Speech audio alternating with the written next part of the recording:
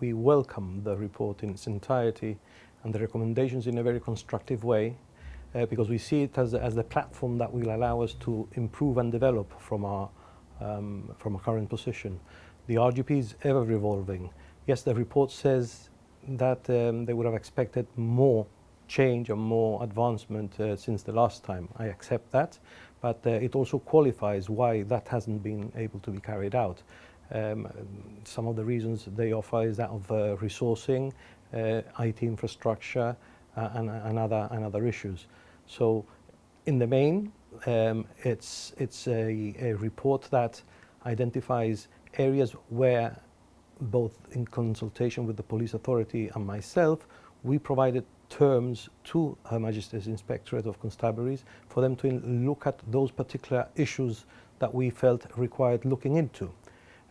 You will see that there's very few references, if any, to successes, and therefore that is the type of inspection that we submitted ourselves to.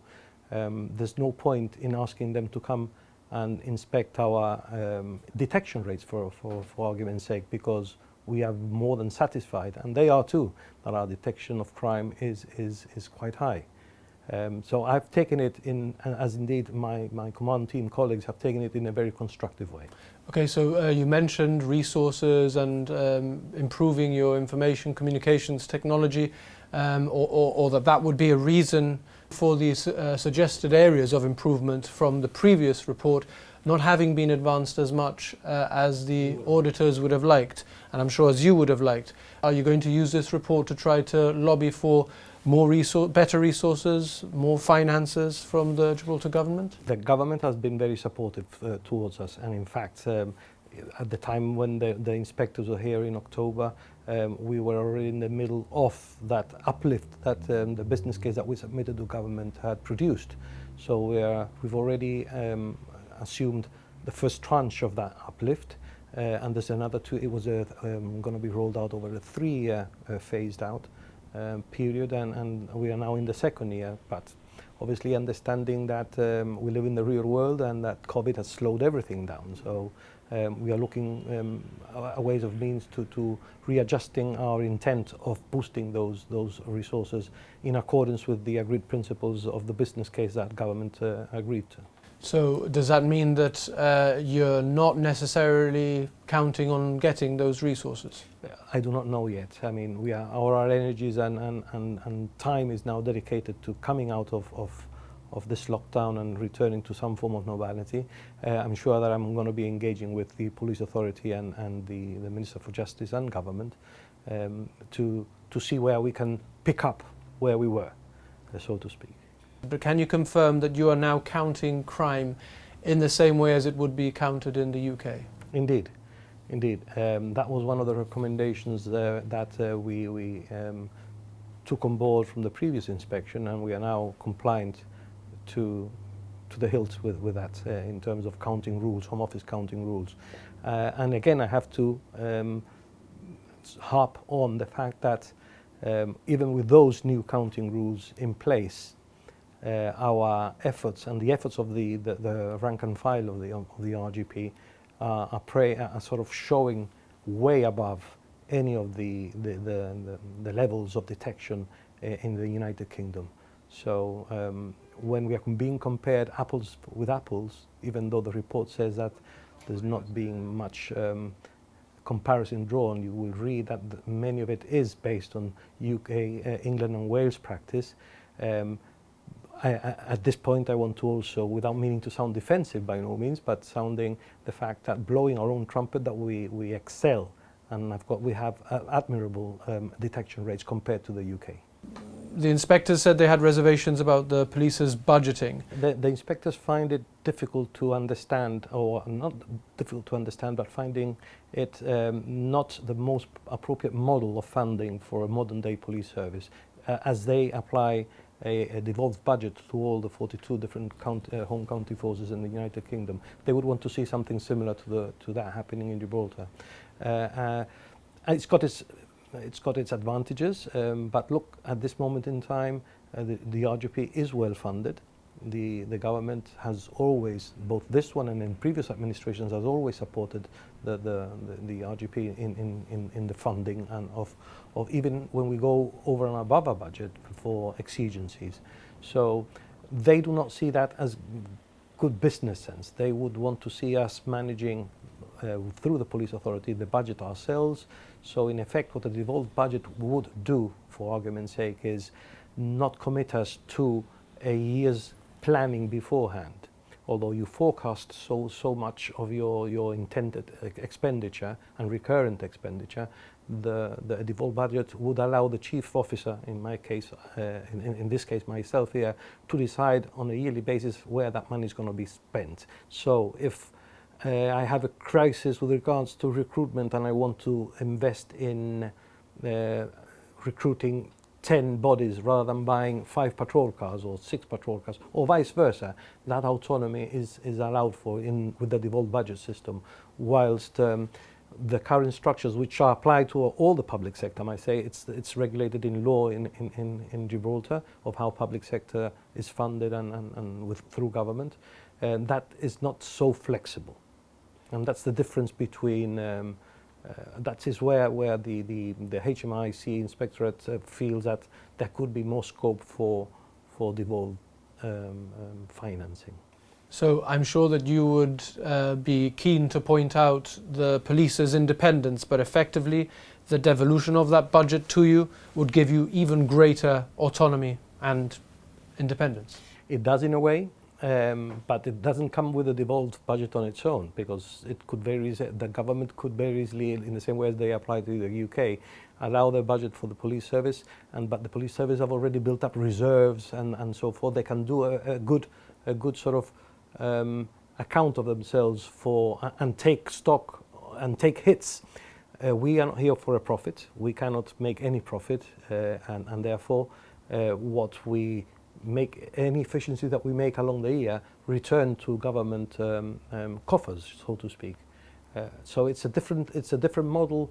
But having said that, look, whenever myself or in previous years other commissions have made bids for supplementary funding for projects, for exigencies that have appeared, government has also always been very supportive. So they don't see that as the HMIC do not see that feature as encouraging us to be more efficient, simply because we knock on government's door and they respond. It's a positive for us, which is being turned into a negative by HMIC, and I can understand their reasoning. Don't get me wrong. It's not that I'm knocking it, but it's a situation where they feel that efficiencies could be made in a different way. It would give you that little bit more incentive to do so if you're self-managing. Exactly. The inspectors thought that you're doing a lot of work that arguably could or maybe should be done by other organisations, and that you're doing work which is not, strictly speaking, within your remit. We don't sit comfortable that expensive expensive resources and commodities like our police officers are not exploited to their limits. So having an officer directing traffic on a frontier queue, for me, is not money worthwhile spending in that regard, if you know what I mean. I'm not saying that the job is not important, but he or she could be allocated a core policing task as opposed to a more traffic management task. And the same applies with our detention officers. We have officers in our custody suite who are fully sworn, fully empowered to act as police officers, but that role does not necessarily has to be carried out by a police officer. As long as there is a custody sergeant, which is what is required in law, his assistant, the jailer, can always also be an unsworn non-police officer. And there are other roles within the service which we have lobbying continuously to have changed. They pick it up, but that didn't concern me too much in the report. So. Among the 6 areas of improvement in which the RGP has fallen short of the mark, according to the inspectors, they talk about the treatment of vulnerable and repeat victims, and they suggest that perhaps you might want to try to implement locally the domestic violence prevention orders. Domestic violence featured as probably one of our highest risk areas in the last policing year. The Minister for Justice is the lead. He's taking a very leading role in this, and I'm meeting her to complement her strategy on domestic violence. Certainly, we want to improve all our abilities and capabilities to ensure that domestic violence doesn't show the level that it is showing now, as has shown in the past, where, just to give you an example, at least two or three of the most serious of cases that we've dealt with have arisen from domestic violence incidents. So we are very aware of that, and so any measures that can assist us and by default that and has an impact in the community, we will follow through. In respect of adopting the UK's code of practice for victims of crime, is that something that you think is possible, likely? That requires a sort of a key stakeholder approach. It is not only an imposition on the RGP. The law suggests that it involves the courts, the care agency, the Office of the Attorney General's Chambers, and so forth. And the RGP is another partner in that framework. We are lobbying for that to happen, but irrespective of whether that progresses with the other stakeholders or not, the RGP will proceed on its own until such time as the others can join up and keep on that journey. So you will adopt the UK code of practice? Well, we will adopt the principles of it and adapt it to Gibraltar's needs. We haven't got all the mechanisms that the UK public service have in that regard, so we will adopt the principles of it, adopting it for local needs. Most of the interview, I think all of it so far, has focused on part one of the report.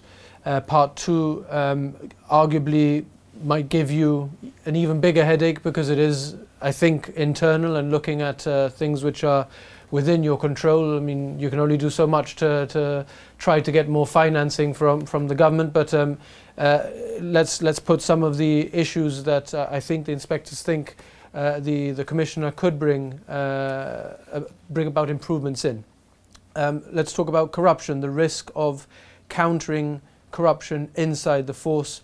The inspectors express concern that not enough has been done, and that perhaps your officers and your senior team are not alive enough to the possibility of corruption existing in your force. I accept that perhaps there's, like in all the other areas, room for improvement in that regard. What the report doesn't say is that they've identified any issues. What they've asked is about systems and processes in place. Look, the RGP has never had an anti-corruption capability. That we are getting inspected through these with a fine-tooth comb and highlight areas which can mitigate the small pockets that could arise. Of course I welcome that, because it'll give us more awareness, it'll give us more focus on what things to look out for. It says that it doesn't really appear to be a concern for the RGP, despite an environment that, according to the inspectors, might permit or even promote corruption. Well, there was some, from what I understand, there was some views expressed by other officers that the small topography and the demographics of Gibraltar and the population, the dense population, that would expose any potential corruption in an easier way than if it was a bigger jurisdiction. The team did not agree with that. We respect that, but the fact that we are complacent is not something that we take kindly to, because we know that we are not. And you disagree with that? I'm not going to say disagree, because I respect the findings, but we have to give a lot of context to this, because the history speaks for itself, and we've had numerous anti-corruption interventions of serving police officers that are no longer in service, way back to over 20, 30 years, at least since I've known it, and never ever has corruption been swept under the carpet here, or any indication of any corrupt activity swept on the contrary. If I can reassure the public, is that when there is a whiff in Newmall House of any potential corrupt officer, we ourselves go to town more on that than what we would on normal criminal, because we know the impact this would have, the adverse impact this would have on public sort of respect towards the police and public opinion towards the police. They're asking you to make recommendations by November. Are you satisfied with that timeline? To set ourselves up in that way, as they are suggesting, requires training, and we are looking at sending our officers to commanders courses for anti-corruption. It requires resources, and therefore we will have to readjust ourselves to accommodate for that. And also it'll also require buy-in from the front line itself, from the officers themselves. They will have to understand that what we're doing is for the better of policing in Gibraltar, for the better of the organisation. Okay, so you're going to take action, but you're not sure whether it's going to be by November. Well, we've got a timeline which is now set, a roadmap for all the recommendations to kick into place. The seed has been sort of planted. We are living with this every day, so we are under sort of a commitment to the police authority, to Gibraltar. We are committed to the service and to Gibraltar that we will deliver. You mentioned the blame culture, perceived blame culture. There is a perception, the report highlighted among junior officers, that sometimes senior officers were too quick to apportion blame when things go wrong.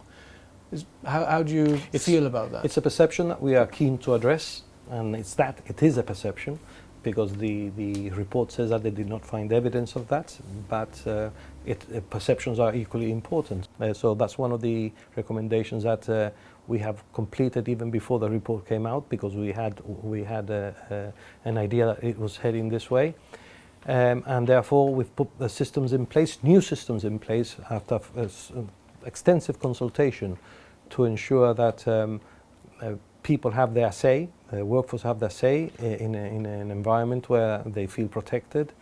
We all make mistakes, and we will make mistakes. It's the type of mistake and the level of those mistakes, or whether there's negligence involved or malice involved, that will have to be dealt with accordingly. And therefore that's why discipline regulations exist, disciplinary processes exist. So the systems that we are now putting in place are designed to distinguish between firm leadership and this blame culture, bullying sort of that attracts bullying connotations.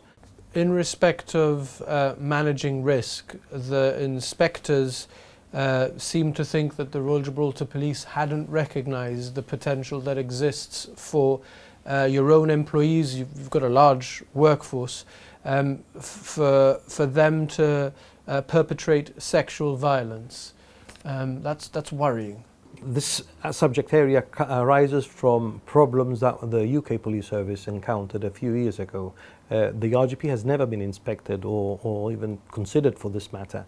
Neither had the UK Police until there was a cause for it to be reviewed, when officers were engaging in inappropriate behaviour with informants and witnesses or victims, and they thought that that was not proper practice. In Gibraltar, what it says, the report says, is that officers are aware that it is unethical to engage in that type of behavior to abuse your position for sexual purposes. They are aware. What they couldn't articulate to the officers is what they need to be looking out for.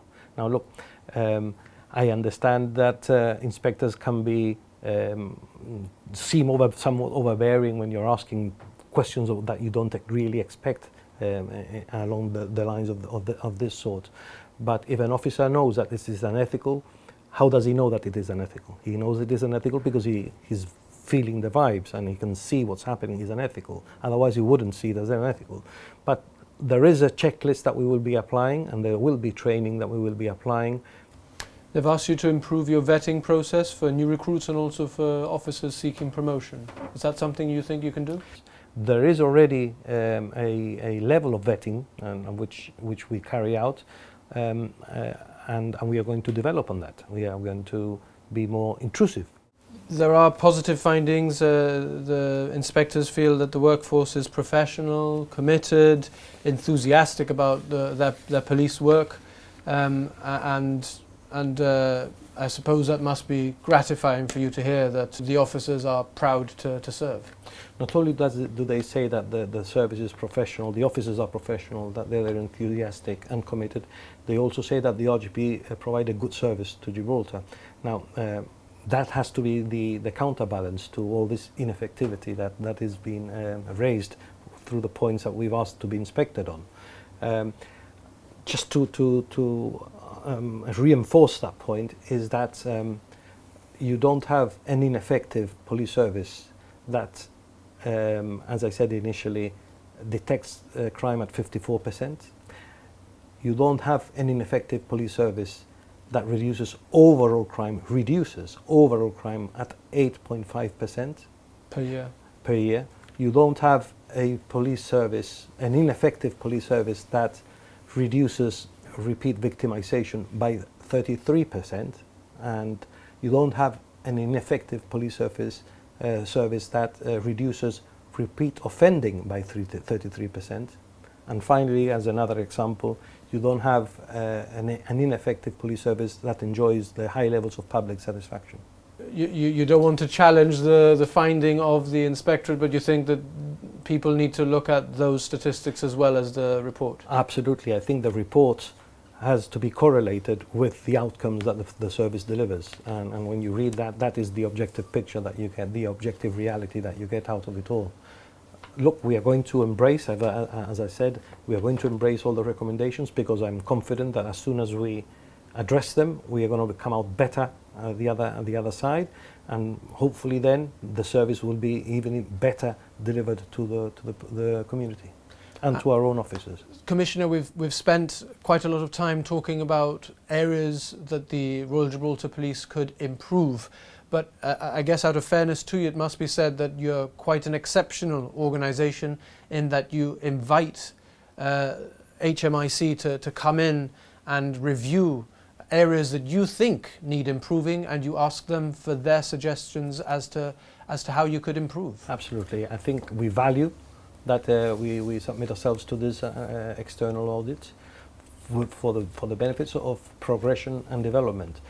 It would be very easy not to call them in and to remain in a plateau, but why do that? If we are aspiring to develop and improve, why hide away from submitting yourselves to that type of audit? Commissioner of Police Ian McGrail, thanks a lot for your time. Thank you, Jonathan.